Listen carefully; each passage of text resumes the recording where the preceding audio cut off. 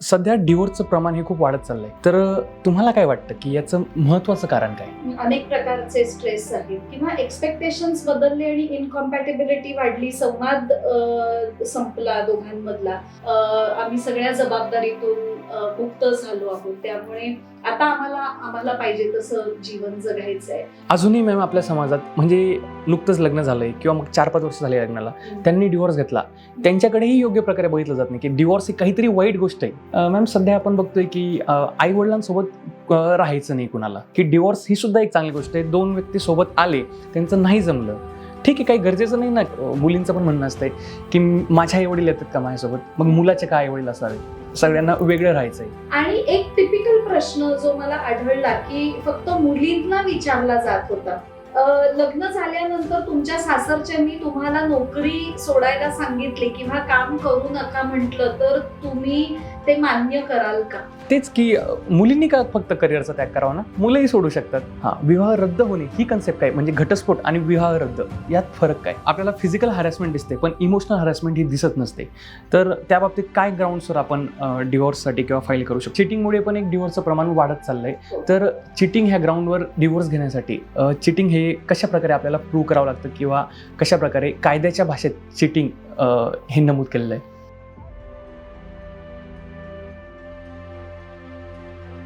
नमस्कार मॅम, उघडमध्ये आपले स्वागत आहे.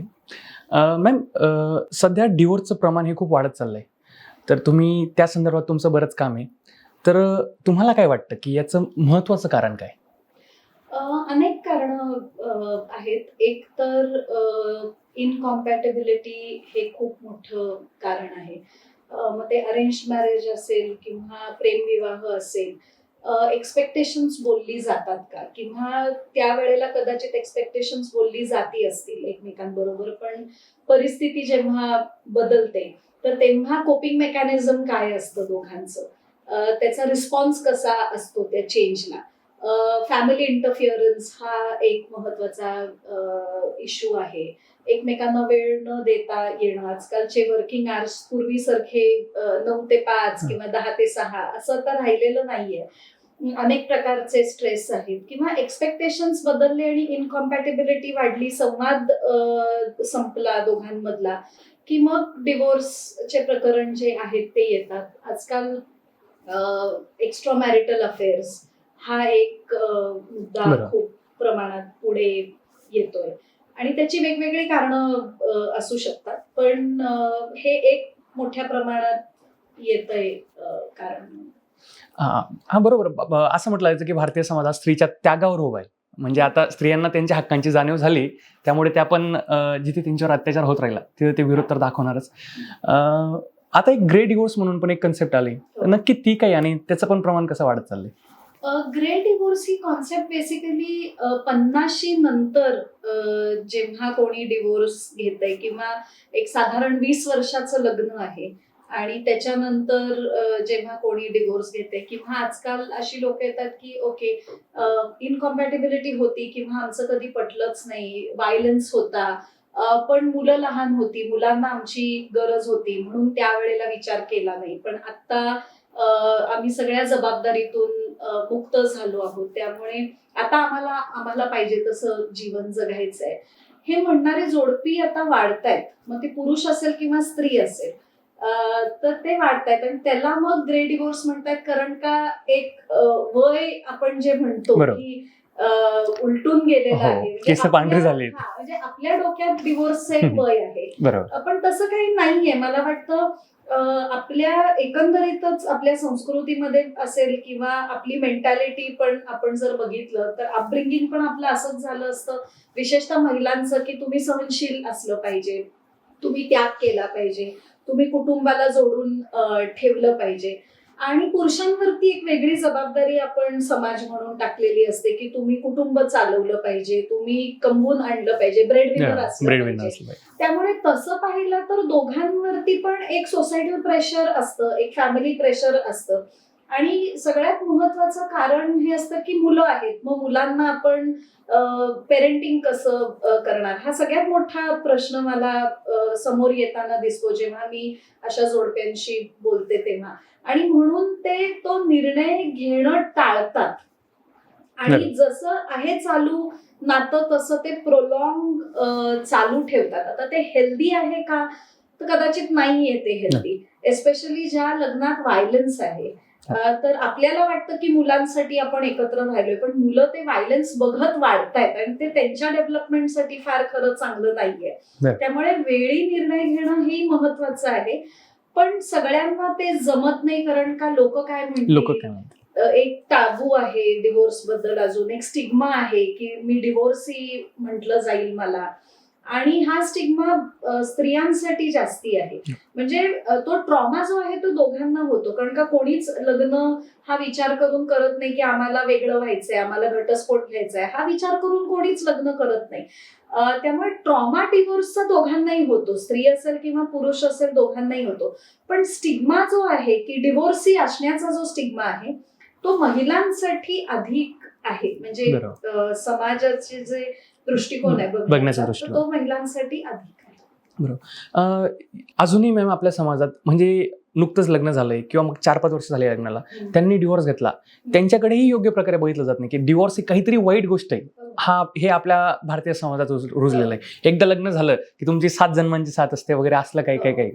पण समाजात हे रुजण्यासाठी किती वेळ लागेल किंवा अजून काय आपल्याला अशा प्रकारे कामं करावे लागतील की डिव्होर्स ही सुद्धा एक चांगली गोष्ट आहे. 2 व्यक्ती सोबत आले, त्यांचं नाही जमलं, ठीक आहे, काही गरजेचं नाही ना की तुम्ही दोघांनाही आयुष्यभर तुम्ही मग मुलं झाली तुम्हाला तर त्यांच्यासाठी तुम्ही आयुष्य कुंठत काढणार वगैरे. तर हे दृष्टिकोन बदलण्यासाठी आपल्याला काय करणं गरजेचं आहे? मला वाटतं की जास्तीत जास्त संवाद करणं, त्याच्याबद्दलचा अवेअरनेस करणं. कारण का अजूनही डिव्होर्स बद्दल खूप मिथ्स आहेत, त्या डिमिस्टिफाय करणं गरजेचं आहे. मुलांसाठी ते चांगलं आहे का, तर कदाचित नाही. पण काही मुलं सेन्सिटिव्ह असतात आणि घटस्फोटित पालक असतील तर त्यांच्यावरती परिणाम होऊ शकतो. पण आता इथं ग्रेटर गुड काय आहे हे बघितलं पाहिजे. म्हणजे जिथे वारंवार भांडणच होत आहेत किंवा जिथे व्हायलन्स आहे किंवा जिथे तो व्हायलन्स प्रत्येक वेळेला फिजिकल व्हायलन्सच असला पाहिजे असं नाही, तो सायकोलॉजिकल, इमोशनल, मेंटल पण असू शकतो, तो इकॉनॉमिक असू शकतो. तर हे बघत जेव्हा मुलं वाढतात तर त्याच्यापेक्षा मग त्याचाही परिणाम होतो आणि त्याचाही विपरीत परिणाम होतो. मग हे बघत वाढणं मुलांनी हे जास्ती चांगलं आहे का, वेगळं राहून प्रत्येक पालकांनी मुलांसाठी क्वालिटी टाइम देणं आणि ती सेन्स ऑफ सिक्युरिटी देणं मुलांना, हे जास्ती चांगलं आहे. तर ते ग्रेटर गुड जे आहे त्याची निवड पालकांनी केली पाहिजे. त्यामुळे प्रत्येक वेळेला डिव्होर्स हा वाईटच असतो असं नाहीये, पण डिव्होर्सचा मुलांवरती ट्रॉमा होऊ शकतो हे नाकारता येणार नाही. त्यामुळे मुलांबरोबर पण जेव्हा पालक असा निर्णय घेतात वेगळं होण्याचा, त्या वेळेला मुलांबरोबर तसे संवाद होणं, हेल्दी संवाद होणं हे गरजेचं आहे. दुसरं की एका पालकांनी दुसऱ्या पालकाबद्दल वाईट न बोलणं, म्हणजे मुलांच्या मनावरती असा काही वेगळा परिणाम होईल असं न करणं. पालक म्हणून प्रत्येकाची एक वेगळी तत्व असू शकतात किंवा पेरेंटिंग कसं केलं पाहिजे हे प्रत्येकाचं वेगळं असू शकतं. पण आणि ते त्यांच्या स्टाईलनी करू शकतात. बेसिकली त्या मुलांना सेन्स ऑफ सिक्युरिटी देताय का, क्वालिटी टाइम देताय का, इमोशनल सपोर्ट जो लागतो डेव्हलपमेंटसाठी तो मिळतोय का, फिनान्शियल सपोर्ट जो गरजेचा आहे त्यांच्या शिक्षणासाठी किंवा त्यांच्या गरजा पुरवण्यासाठी तो देता येतोय का किंवा देतायत का, हे महत्वाचं आहे. पण अनफॉर्च्युनेटली काही डिव्होर्सेस मध्ये मुलांना एक प्रकारचं काय म्हणतात त्यांचा वापर केला जातो दुसऱ्या पार्टनर बरोबर आपलं वर्चस्व दाखवण्यासाठी.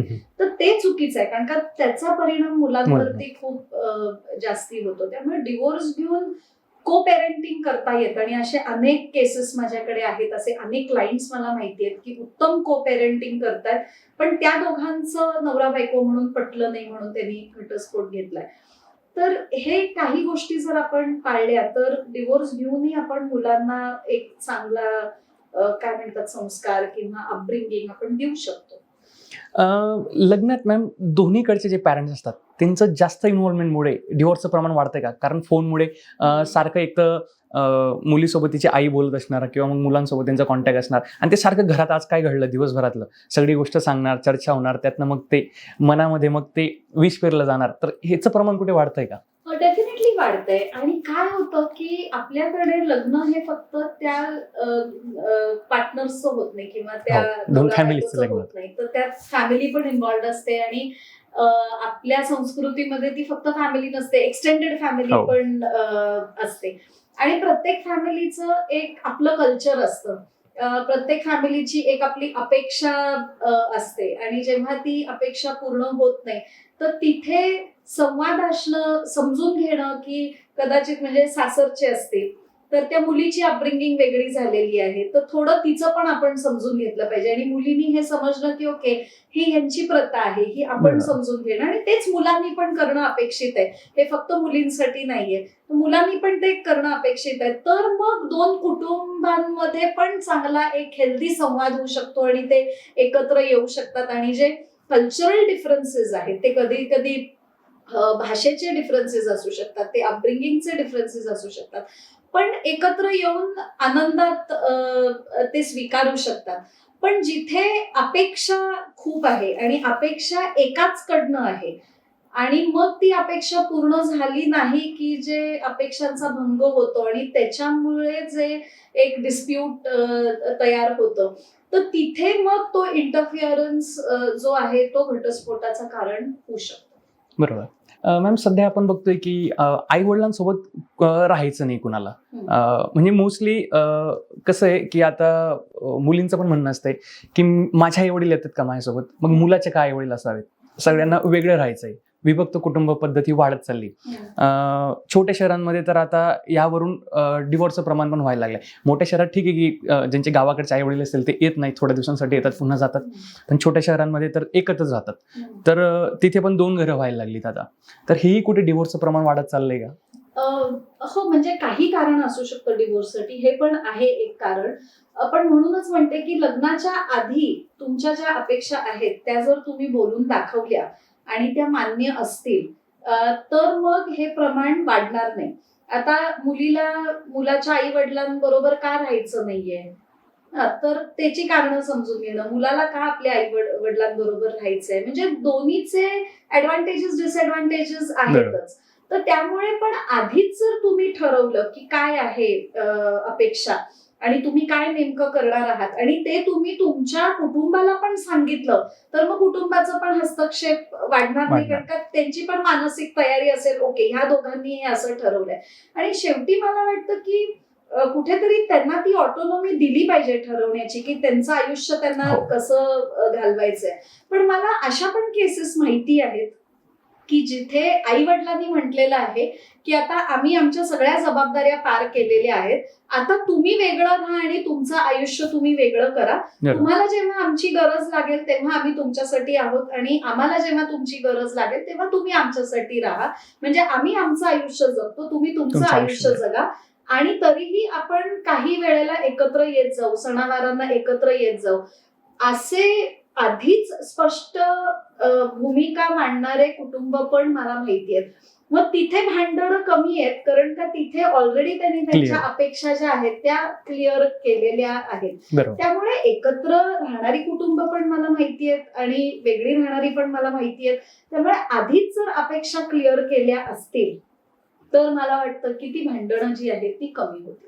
बरोबर. मॅम समाजात एक आपल्याला गोष्ट सध्या आता दिसते की मुलींच्या काही अवास्तव कल्पना असतात. आपण जे मोबाईल असेल वगैरे त्यामुळे किंवा आपण सिरीज बघू, फिल्म्स बघू वगैरे, त्यामुळे काही अवास्तव कल्पना झाल्या की मुलगा एवढाच कमवणारा पाहिजे किंवा मुलाचं सगळं आधीच वेल सेटल पाहिजे. जर तो फर्स्ट जनरेशन असला की ज्याने त्याच्या गरिबीतून तो बाहेर आलाय, त्याचं पुण्यातच घर पाहिजे किंवा मुंबईतच घर पाहिजे, त्याला 6 फिगरमध्ये पगार पाहिजे, त्याची कार हवी किंवा ह्या ज्या गोष्टी आहेत, ह्यामुळे आता लग्न संस्कृतीला म्हणजे मुलांनाही लग्नाला प्रॉब्लेम यायला लागलाय आणि लग्नानंतर सुद्धा प्रॉब्लेम यायला लागलाय की कारण ते बघतात की आजूबाजूला माझ्या मैत्रिणीचा नवराने तिला हे दिलं किंवा ज्या फायनान्शियल गोष्टी आहे किंवा व्हेकेशन्स हवेत, ह्या ज्या गोष्टी ह्यामुळे पण आता भांडणांचं ओघ वाढत चाललंय. हो, आणि मी ते फक्त मुलींच्या या अपेक्षा असं मी म्हणते, मुलांच्या पण आहेत. हो, मुलांच्या पण आहेत. म्हणजे तुम्ही म्हणताय ना, त्या काही वर्षांपूर्वी माझ्याकडे असे कपल्स आलेले आहेत की जिथे तुम्ही म्हणताय तसं सिरियल्सचा एक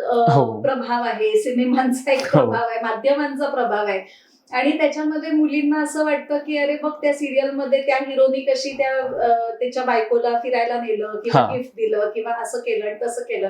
आणि तीच अपेक्षा पुरुषांची पण आहे. बघा म्हणजे आम्ही ऑफिसमधनं काम करून थकून भागून आल्यावरती त्या सिरियल मध्ये ती कशी नटलेली असते, ती कशी व्यवस्थित साडी नेसून असते किंवा चांगले कपडे घालून असते आणि तू बघ कशी असतेस. पण ते ऍक्टिंग आहे, ती सिरियल आहे, हे खरं लाईफ आहे. आणि मुली आजकाल जेव्हा शिकलेल्या असतात तर तेव्हा त्यांनाही असं वाटतं की त्यांनी काम केलं पाहिजे, त्यांनी कमवलं पाहिजे, त्यांनी इकॉनॉमिकली इंडिपेंडंट झालं पाहिजे.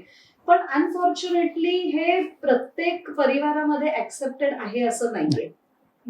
म्हणजे मी अशा एका वधूवर मेळाव्यात गेले होते एका नातेवाईकांबरोबर आणि तो मुळातच मेळावा जो होता वधूवर सूचक मंडळाचा तर तो प्रोफेशनल्स साठी होता. आणि तिथे येणारे सगळे जण जे होते कॅन्डिडेट्स हे डॉक्टर, इंजिनियर, वकील, मीडिया मधले किंवा उद्योग करणारे असे सगळे जण होते.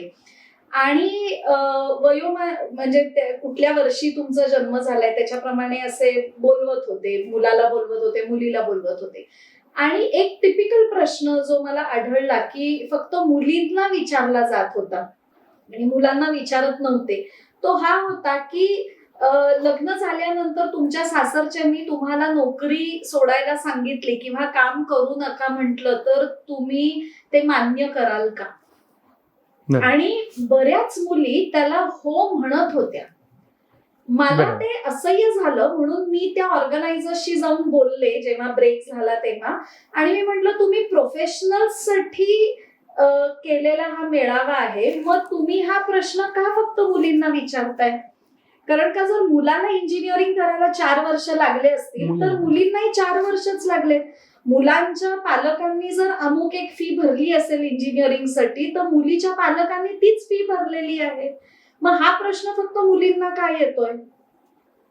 आणि आश्चर्याची गोष्ट ही आहे की इतके मुलं मुली होते त्याच्यामध्ये. आणि त्याच्यामध्ये मला आठवते एका फक्त मुलींनी हे म्हटलं की मला तुम्ही प्लीज नोकरी करू नका, काम करू नका, हा प्रश्न विचारू नका. मी मेहनतीने डॉक्टर झालेली आहे आणि माझं ते पॅशन आहे आणि मी हॉस्पिटल्समध्ये काम करणार. त्यामुळे ज्या मुलाला हे मान्य आहे की मी डॉक्टर म्हणून काम करीन त्यांनीच मला भेटायला यावं, नाहीतर नाही आलं तरी चालेल. हे इतक्या सगळ्या मुलींमध्ये एका मुलीने हिंमत दाखवली हे म्हणण्याचं. त्यामुळे आपली जी मुलांकडनं आणि मुलींकडनं ह्या वेगवेगळ्या अपेक्षा आहेत तर ह्या पण मला चुकीच्या वाटतात. कुठेतरी त्यांना काय करायचं आहे, त्यांना इकॉनॉमिकली इंडिपेंडंट व्हायचं तर का नाही व्हायचं त्यांनी? तर मग आपली मतं त्यांच्यावरती का लादायची? तर ते सुरुवातीला काही काळ ते सहन करतील पण त्याच्यानंतर कुठेतरी त्यांची इच्छा मारली जातीये किंवा त्यांचं इंडिपेंडन्स गेलेलं आहे, इकॉनॉमिकली स्टेबिलिटी त्यांना नाहीये, याच्यामुळे कुठेतरी त्यांनाही फ्रस्ट्रेशन येणारच आहे. दुसरी गोष्ट की आजकाल एक मुलंच असतात. तर जेव्हा मुलाला वाटतं की मी माझ्या आई वडिलांचा त्यांच्या वृद्धपणात सांभाळ केला पाहिजे, मुलीला ते वाटू शकतो आणि त्यात गैर काही नाहीये. तर त्यामुळे मला असं वाटतं की परत मी तोच मुद्दा बोलते की लग्न करण्यासाठी संवाद असणं, एकमेकांच्या एक्सपेक्टेशन्स बद्दल बोलणं आणि बदलत्या परिस्थितीमध्ये तसा रिस्पॉन्स देणं जो सपोर्टिंग असेल, हे जर आपण करू शकलो ना तर लग्न नक्की टिकतील. बरोबर. तेच की मुलींनी का फक्त करिअरचा त्याग करावा ना, मुलंही सोडू शकतात. आता ठीक आहे ते अजून समाजात आपल्यात रुजलेलं नाही, ते अजून समाजाला मान्य नाही, समाज मान्य नाही, पण होतंय हळूहळू बदल आणि नक्कीच व्हायलाच पाहिजे. कारण जर मुली एक्सेप्शनल आहेत तर नक्कीच त्यांनी जॉब केलं पाहिजे, त्यांचं करिअर केलं पाहिजे.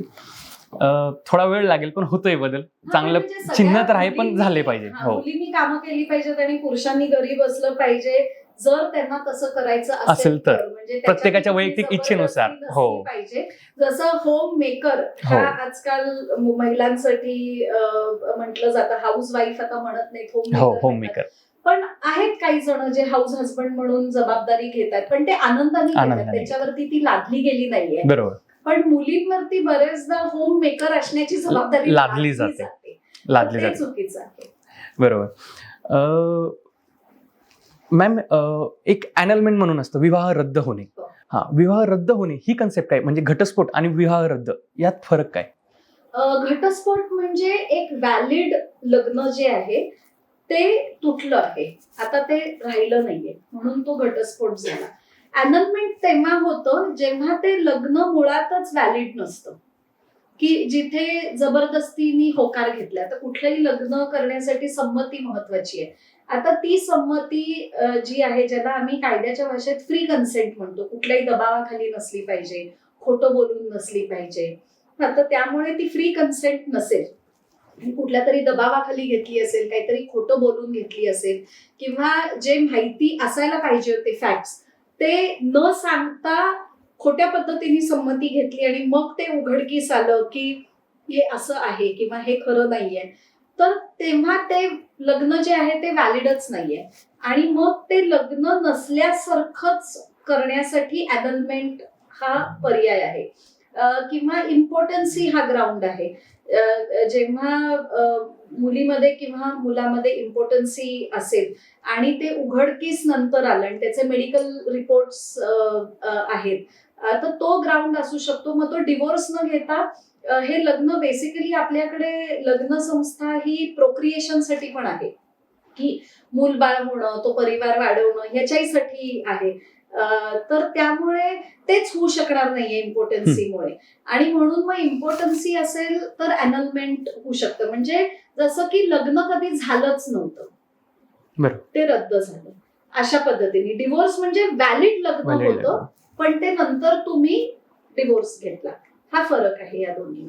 अॅनलमेंटसाठी काही कितीतरी म्हणजे असं दिवसांची मर्यादा वगैरे काय, तुम्ही एवढ्या दिवसांच्या आत ते फाईल करू शकतात किंवा काय? लग्न झाल्यापासून किंवा ती गोष्ट कळल्यापासून 1 वर्षाच्या. ओके. आणि डिवोर्स कधी करताय? हो.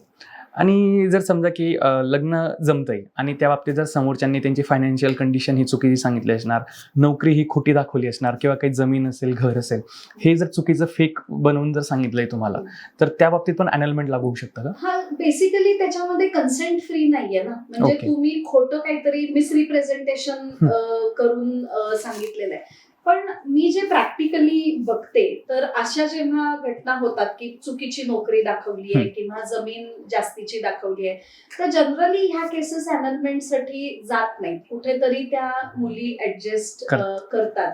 आणि ही कारणं होत नाहीत जनरली, आम्ही बघत नाही होतात. खूप क्वचित असतील अशा केसेस की हे खोटं बोललेत म्हणून अॅनलमेंटसाठी आलेलं आहे.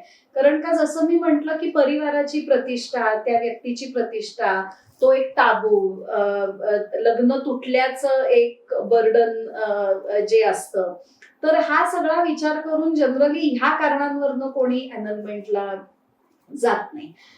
पण जसं आता बायगमी असेल, म्हणजे ऑलरेडी आधी लग्न झालेलं आहे आणि हे दुसरं लग्न आहे आणि आधीचं लग्न व्हॅलिड आहे, तिथे घटस्फोट झाला नाहीये, आधीच्या लग्नातलं पार्टनर जिवंत आहे, हयात आहे, आणि हे दुसरं लग्न आहे, तर ते मुळातच लग्न व्हॅलिड नाहीये. दुसरं लग्न जे आहे ते कायद्यातच बसत नाही, ते मुळातच व्हॅलिड नसल्यामुळे अशा वेळेला अॅनलमेंट होऊ शकते. इम्पॉर्टन्सीच्या ग्राउंडवरती अॅनलमेंट होऊ शकते, पण तोही ग्राउंड जनरली कोणी वापरत नाही, कारण का त्याच्यामध्ये एक स्टिग्मा आहे.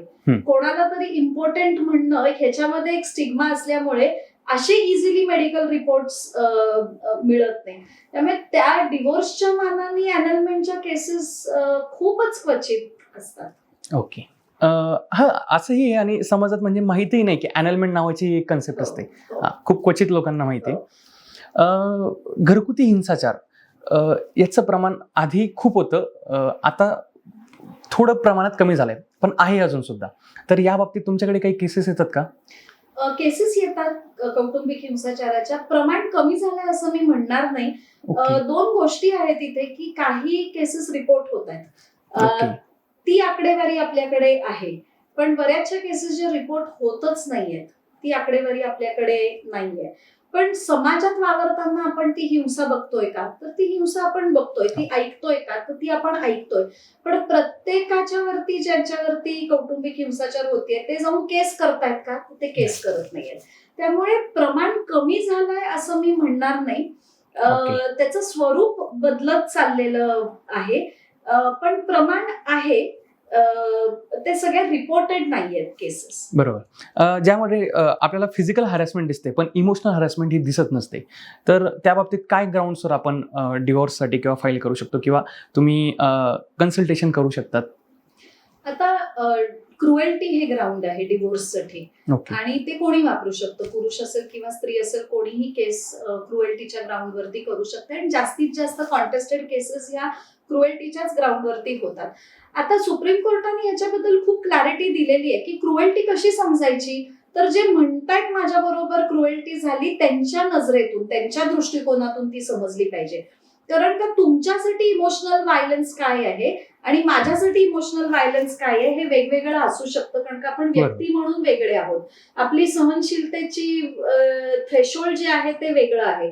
मला कशामुळे वाईट वाटेल आणि तुम्हाला कशामुळे वाईट वाटेल ही कारणं वेगळी असू शकतात आणि त्याचं पर्सनल स्पेसमध्ये जे आपण म्हणतो की व्हायलेशन होते तर ते वेगळं असू शकतं. त्यामुळे जे म्हणतात माझ्या बरोबर क्रुएल्टी झाली त्यांच्या दृष्टिकोनातून ते समजणं हे गरजेचं आहे. तर ह्यामध्ये फिजिकल व्हायलन्स आहेच जो आपल्याला माहिती आहे, इमोशनल किंवा सायकोलॉजिकल व्हायलन्स जो आहे किंवा मेंटल व्हायलन्स ज्याला म्हणतो, कोणाला घालून पाडून बोलणं किंवा अपमानास्पद वागणूक देणं किंवा जसं आता बाईला नावं ठेवली जातात जर ती आई होऊ शकली नाही तर, किंवा तिला मुलगा नाही झाला तर तिला नावं ठेवली जातात. तर हे सगळे जे प्रकार आहेत हे मानसिक त्रासाचे किंवा इमोशनल व्हायलन्सचे आहेत. तर तसंच पुरुषांना पण असू शकतात, त्यांचं पण इमोशनल व्हायलन्स असू शकतं. पण ते त्यांच्या नजरेतून, त्यांना काय वाटलं, त्यांना काय खटकलं, त्यांना काय नकोसं वाटलं हे त्यांच्या नजरेतून समजून घेणं हे गरजेचं आहे. त्यांचं ह्युमिलिएशन होऊ शकतं. तर त्यामुळे ते व्यक्तिसापेक्ष आहे. आपण असं त्याला एक ब्रॉडली डिफाईन करू शकतो, पण प्रत्येक केसमध्ये इमोशनल व्हायलन्स काय आहे हा वेगळा असू शकतो. कधी कधी तो फिजिकल व्हायलन्स असतो आणि इम्पॅक्ट म्हणून हा इमोशनल व्हायलन्स म्हणून समोर येतो. तिसरा प्रकार जो आहे तो सेक्शुअल व्हायलन्सचा पण आहे, ज्याच्याबद्दल फार बोललं जात नाही, पण सेक्शुअल व्हायलन्स पण होतो. म्हणजे एकीकडे जर आपण बघितलं तर कौटुंबिक हिंसाचाराचा जो वेगळा कायदा आहे 2005 साली आलेला, तर त्याच्यात सेक्शुअल व्हायलन्स हा डिफाईन केलेला आहे आणि क्रिमिनल लॉ मध्ये आपण अजूनही मॅरिटल रेप स्वीकारलेलं नाहीये. तर ही तफावत जी आहे कायद्यातली ही पण समजून घेतली पाहिजे. पण डिवोर्स घेत असताना, क्रुएल्टीचं ग्राउंड घेत असताना सेक्शुअल व्हायलन्स पण होऊ शकतो. आणि चौथा प्रकार आहे तो इकॉनॉमिक व्हायलन्स आहे.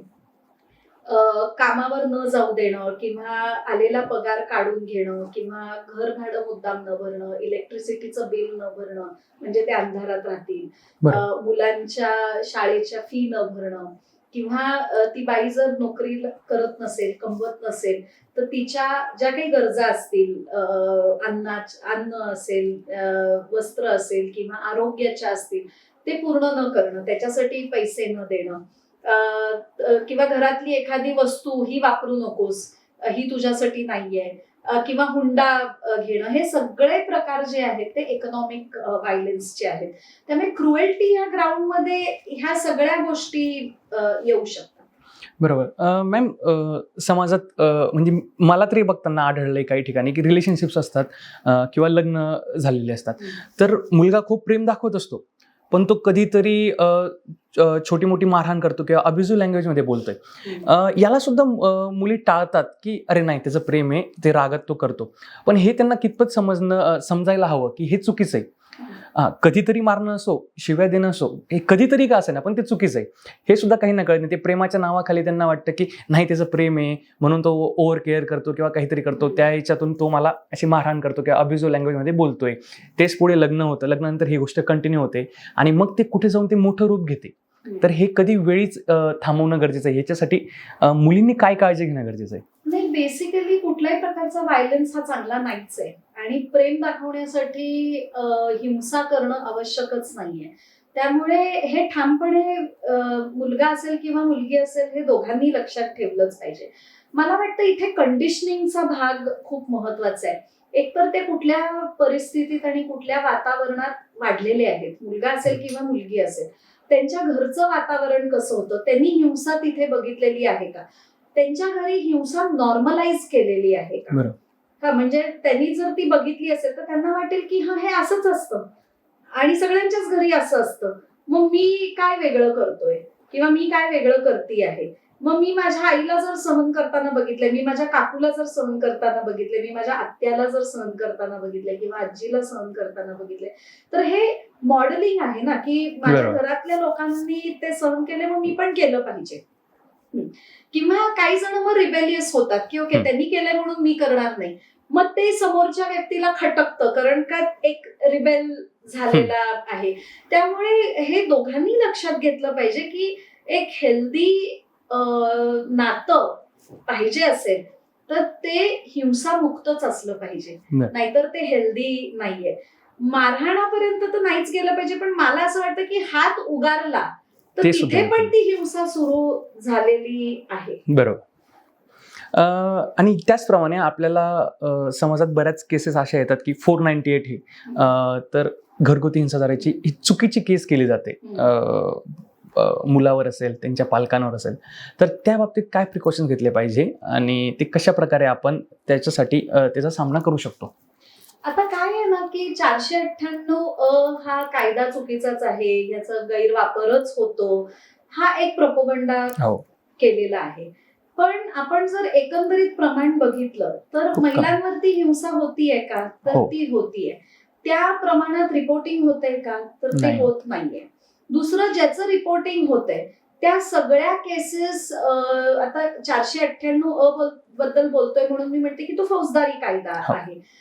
तर मग तिथे शिक्षा होतीये का, तर ती होत नाहीये. आणि त्याचे अनेक कारण आहेत, कारण का हे एक कौटुंबिक नात्यासाठी लागू होणारं कलम असल्यामुळे, कायदा असल्यामुळे अनेकदा आम्ही कोर्टात हे बघतो की ती स्त्री 498 सारखी केस कधी लावते, तर तिला जोपर्यंत इतर कोणाचा तरी सपोर्ट नसतो, माहेरच्यांचा मोस्टली जेव्हा सपोर्ट नसतो तेव्हा ती ते करू शकत नाही, कारण का तिला त्या सासरमध्येच राहून 498 करणं हे कठीण आहे. ती तिथून बाहेर पडली, माहेरी गेली, तिला सपोर्ट असेल तरच ती 498 करू शकते, किंवा ती इंडिपेंडंट असेल आणि ती एकटी राहत असेल आणि तिला मग कोणाची सपोर्टची गरज नसेल तरच ती 498 जनरली करते. नाहीतर ती करत नाही, कारण का अनेक अडचणी येतात जिथे आपण म्हणतोय की ही लोक माझ्यावरती हिंसा करतात आणि मी त्यांच्यावरती क्रिमिनल केस करणार आहे, त्याच घरी राहून क्रिमिनल केस करणं हे शक्यच नाहीये. दुसरं, शिक्षा न होण्याची कारणं बरीच आहेत. 498 झाल्यानंतर बरेचदा काय म्हणतात, आता हा कायदा नॉन कंपाऊंडेबल आहे, म्हणजे इथे तडजोड होऊ शकत नाही. केस मागे घेतली जाते किंवा ती बाई स्वतःविरुद्ध साक्ष देते की मी रागाच्या भरात केलं. मोस्टली स्वतःविरुद्ध साक्ष देते ती केस संपवण्यासाठी. हे का होतं, कारण का 498 कलम तिने लावलं की तिचा नवरा घटस्फोटाची केस हे करतोच. बरं. मग घटस्फोटाच्या केसमध्ये जर सेटलमेंट झालं, घटस्फोटाच्या केसमध्ये जर त्यांचं ठरलं की ओके आपण हे संपवूया, तर मग एक क्लॉज त्याचा असतो की बाकीच्या सगळ्या केसेस मागे घ्यायच्या. पण 498 केस मागे घेऊ शकत नाही, कारण का तो नॉन कंपाऊंडेबल ऑफेन्स आहे. मग ती बाई काय करते, तर ती कोर्टात जाते, कारण का ते ठरलेलं आहे ना मागे घ्यायचं, पण मागे घेऊ शकत नाही टेक्निकली कायद्यात. म्हणून मग ते कोर्टात जातात आणि कोर्टात ती साक्ष देते जी स्वतःविरुद्ध जाणारी साक्ष असते, आणि ती म्हणते की मी हे रागाच्या भरात केलं, आणि स्वतःविरुद्ध साक्ष देऊन तिथे तिच्या नवऱ्याला किंवा तिच्या सासरच्या लोकांना जे आरोपी असतात त्यांना निर्दोष सोडलं जातं. पण ह्याचा अर्थ तिथे हिंसा झाली नाहीये असा त्याचा अर्थ होत नाही. पण त्याचा अर्थ आपण लावतो, कारण का आपण ऍक्विटल आणि कन्व्हिक्शनच बघतो, निर्दोष सोडलेला आहे का शिक्षा झालेली आहे हे एवढंच बघतो. पण प्रत्येक ऍक्विटल हे हिंसा झाली नाहीये म्हणून झालेलं नाहीये, तर तो एक प्रकारचा कॉम्प्रोमाइज आहे आणि कायद्याच्या पळवाटीतून ऍक्विटल झालेलं आहे असं मी त्याच्याकडे बघते. त्यामुळे गैरवापराबद्दल जेवढी चर्चा होते, कारण का हा एक जेंडर स्पेसिफिक कायदा आहे, हा फक्त महिलांसाठी आहे, म्हणून त्याच्याबद्दल जी गैरवापराची जी चर्चा होते तितका गैरवापर होताना मी बघत नाही. अनेकदा त्या महिलांना 498 लावायचा पण नसतो, पण मग तिच्या माहेरचे जे पुरुष असतात, वडील असतील, भाऊ असतील, काका असतील, आजोबा असतील, कुठेतरी त्यांच्या इगोला पण हर्ट झालेलं असतं. अरे आमच्या मुलीला तुम्ही परत पाठवलं, बरोबर. आमच्या मुलीबरोबर तुम्ही असं वागला, आता तुम्हाला आम्ही धडा शिकवतो. मग धडा कोण शिकवतंय किंवा कोणाला शिकवायचंय, निर्णय कोण घेतंय, कंट्रोल कोणाचा आहे, तर त्या घरातल्या पुरुषांचा आहे. पण कोणाच्या नावाने केस होतीये, अर्थातच त्या बाईच्या नावाने केस होणार आहे, पण तिची इच्छा आहे का हे विचारलं जातंय का, तर जनरली तिला विचारलं जात नाही. आणि म्हणूनच हे सगळे इश्यूज होते आणि त्या बाईला तसं 498 मधनं फायदा काही होत नव्हता. नवऱ्याला किंवा सासरच्यानं तुरुंगात पाठवणं ह्याच्यामुळे तीच बेघर होत होती, एस्पेशली जर ती बाई कमवत नसेल तर. तीच माहेरच्यांवरती अवलंबून तिला राहावं लागायचं. मुलाबाळांचा खर्च कुठून येणार आहे हा प्रश्न तिच्या समोर यायचा. आणि म्हणूनच 2005 साली कौटुंबिक हिंसाचाराचा जो कायदा आला, तर तो दिवाणी प्रकारचा कायदा आला की कुटुंबाला क्रिमिनलाइज नको करायला, पण त्या बाईला काहीतरी रेमेडी मिळाली पाहिजे. आणि कौटुंबिक नातं हे फक्त लग्नानेच होतं असं नाही, ते रक्ताचं पण असतं, ते दत्तक घेतलेलं आहे म्हणून पण असतं, आजकाल लिव्ह इन रिलेशनमुळे पण कौटुंबिक नातं असतं. तर हा एक व्यापक दृष्टिकोन जो आहे तो 2005च्या कायद्यामध्ये आपल्याला दिसला आणि तो दिवाळी स्वरूपाचा कायदा आहे. म्हणजे मग कुटुंबाला क्रिमिनलाइज करणं हा स्त्रीचा किंवा त्या महिलेचा हेतू नसतो, कारण का तिला त्याच्यातून काहीच फायदा नाहीये. बरोबर. आणि मॅम जर ह्या ग्राउंडवर डिवोर्स झाला, 498A प्रूव्ह झालं, त्या ग्राउंडवर डिवोर्स झाला किंवा इतरही कुठल्या ग्राउंडवर डिवोर्स झाला, तर महिलेला तिचं फायनान्शियल अश्युरन्स कसं मिळतं की पोटगी असेल किंवा 498A मुळे डिवोर्स होत नाही. डिवोर्सची केस ही वेगळी दाखल करावी लागते, कारण हे कोर्ट्सच वेगळे आहेत. बरोबर. 498A ची केस ही क्रिमिनल केस असल्यामुळे ती ज्युडिशियल मॅजिस्ट्रेट फर्स्ट क्लास समोर चालते आणि कौटुंबिक जी डिवोर्सची केस आहे ती फॅमिली कोर्टात चालते. त्यामुळे कोर्ट्स वेगळे आहेत, कायदे वेगळे आहेत. फक्त क्रुएल्टीचं ग्राउंड हे डिवोर्सच्या केसमध्ये घेता येतं. तिला आर्थिक सपोर्ट मेंटेनन्स मधनं मिळू शकतो. मेंटेनन्ससाठी वेगवेगळे कायदे आहेत, हिंदू लॉ मध्ये आहे, क्रिमिनल लॉ मध्ये आहे, कौटुंबिक हिंसाचाराच्या कायद्यामध्ये आहे. त्यामुळे मेंटेनन्ससाठी ती अप्लाय करू शकते. आणि आजकाल त्याच्याही बद्दल खूप क्लॅरिटी आलेली आहे, कारण का सुप्रीम कोर्टनी त्याच्याबद्दल गाईडलाईन दिलेले आहेत. तर दोघांनाही त्यांचे ऍसेट्स आणि लायबिलिटीज हे डिक्लेअर करावे लागतात की तुम्ही किती कमवताय, तुमच्या नावानी काय प्रॉपर्टीज आहेत, तुमचे इन्व्हेस्टमेंट्स काय आहेत, IT रिटर्न्स तिथे सबमिट करावे लागतात, तुमच्यावरती जबाबदाऱ्या काय काय आहेत. त्यामुळे महिलेला पण ते करावं लागतं आणि पुरुषाला पण ते करावं लागतं. आणि त्याच्यानंतर कोणाचे ऍसेट्स किती आहेत, कोणावरती लायबिलिटीज किती आहेत हे बघून मग कोर्ट ठरवतं की इथे किती मेंटेनन्स दिला पाहिजे. मग तो मुलांसाठी असेल किंवा त्या स्त्रीसाठी असेल तर किती मेंटेनन्स दिला पाहिजे. मेंटेनन्स मागची एक जी भूमिका आहे ती ही आहे की जी लाईफस्टाईल त्या महिलेला मिळालेली आहे लग्नाच्या नंतर एस्पेशली, तर ती लाईफस्टाईल तिला मेंटेन करता आली पाहिजे. मग केवळ ती काम करत नाहीये, ती होममेकर आहे किंवा ती नवऱ्यापेक्षा कमी कमवते म्हणून तिची लाईफस्टाईल जाता कामा नाही. आणि म्हणून जे जास्ती कमवतात त्यांना कमी कमवणाऱ्या व्यक्तीला मेंटेनन्स द्यावं लागतं. पण आजकाल असंही आपल्याला दिसून येतं की दोघंही ऍट पार आहेत, दोघंही तेवढंच कमवत आहेत. मग अशा वेळेला बरेचदा महिला मेंटेनन्स घेत पण नाही. ते म्हणतात मला गरज नाहीये, मी कमवतीये, मग मुलांचा जो खर्च आहे तो आपण निम्मा निम्मा वाटून घेऊया आणि हे प्रकरण संपूया, अशाही म्हणणाऱ्या महिला खूप मोठ्या प्रमाणावर आजकाल दिसतात. आता मागे वाटतं सुप्रीम कोर्टाने गाईडलाईन दिली, रिलेशन लिव्हिंग मध्ये असणारे जे आहेत ते 6 महिन्यापेक्षा अधिक झाल्यानंतर त्यांना विवाहाचा दर्जा मिळणार आहे, असं काहीतरी होतं का ते? नाही, लिव्ह इन रिलेशन हे बेसिकली पहिल्यांदा कायद्यामध्ये कौटुंबिक हिंसाचाराचा जो 2005चा कायदा आहे त्याच्यामध्ये डिफाईन केलं की लिव्ह इन रिलेशन किंवा त्याला त्यांनी कायद्याच्या भाषेत म्हटलं की relation in the nature of marriage, म्हणजे लग्नासारखं आहे पण लग्न नाहीये. तर ती पण एक कौटुंबिक ते नातं आहे हे ह्या कायद्यामध्ये मान्य केलं. तर त्यामुळे लिव्ह इन रिलेशनला लग्नाचा तसा दर्जा नसतो, कारण का अनेक कपल्स असे असतात की ज्यांना कागदोपत्री लग्नच करायचं नसतं, पण एकत्र राहायचं असतं. तोच त्यांचा मूळ हेतू असतो आणि म्हणून ते लग्न करत नाही. त्यामुळे लग्नाचा दर्जा तसा मिळत नाही, पण ते लग्नासारखं नातं आहे हे आता कायद्याने ऍक्सेप्ट केलेलं आहे. पण लिव्ह इन रिलेशन मध्ये डिवोर्स हा होऊ शकत नाही. तर त्यामुळे तिथे फक्त जर हिंसा झाली तर कौटुंबिक हिंसाचाराची केस होऊ शकते, पण तिथे डिवोर्सची गरज नाहीये, कारण का तिथे लग्नच झालेलं नसतं. बरोबर. हल्ली मॅम चिटिंगमुळे पण एक डिवोर्सचं प्रमाण वाढत चाललंय. तर चिटिंग ह्या ग्राउंडवर डिवोर्स घेण्यासाठी चिटिंग हे कशा प्रकारे आपल्याला प्रूव्ह करावं लागतं, किंवा कशा प्रकारे कायद्याच्या भाषेत चिटिंग हे नमूद केलेलं आहे? चिटिंग ब्रॉडली हे क्रुएल्टीमध्येच येतं, पण अडल्ट्री हा एक ग्राउंड आहे.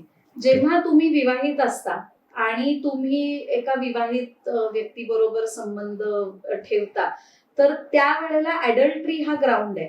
अडल्ट्री हा एक क्राईम पण होता पूर्वी, पण तो आता डिक्रिमिनलाइज केलेला आहे. पण डिवोर्सचा ग्राउंड म्हणून अजूनही तो ठेवलेला आहे. पण अदरवाईज जे चिटिंग होतं, जे अडल्ट्रीमध्ये बसत नाही पण चिटिंग होतं, तर ते मोस्टली क्रुएल्टी ह्या ग्राउंड मध्येच बघितलं जातं आणि घेतलं जातं.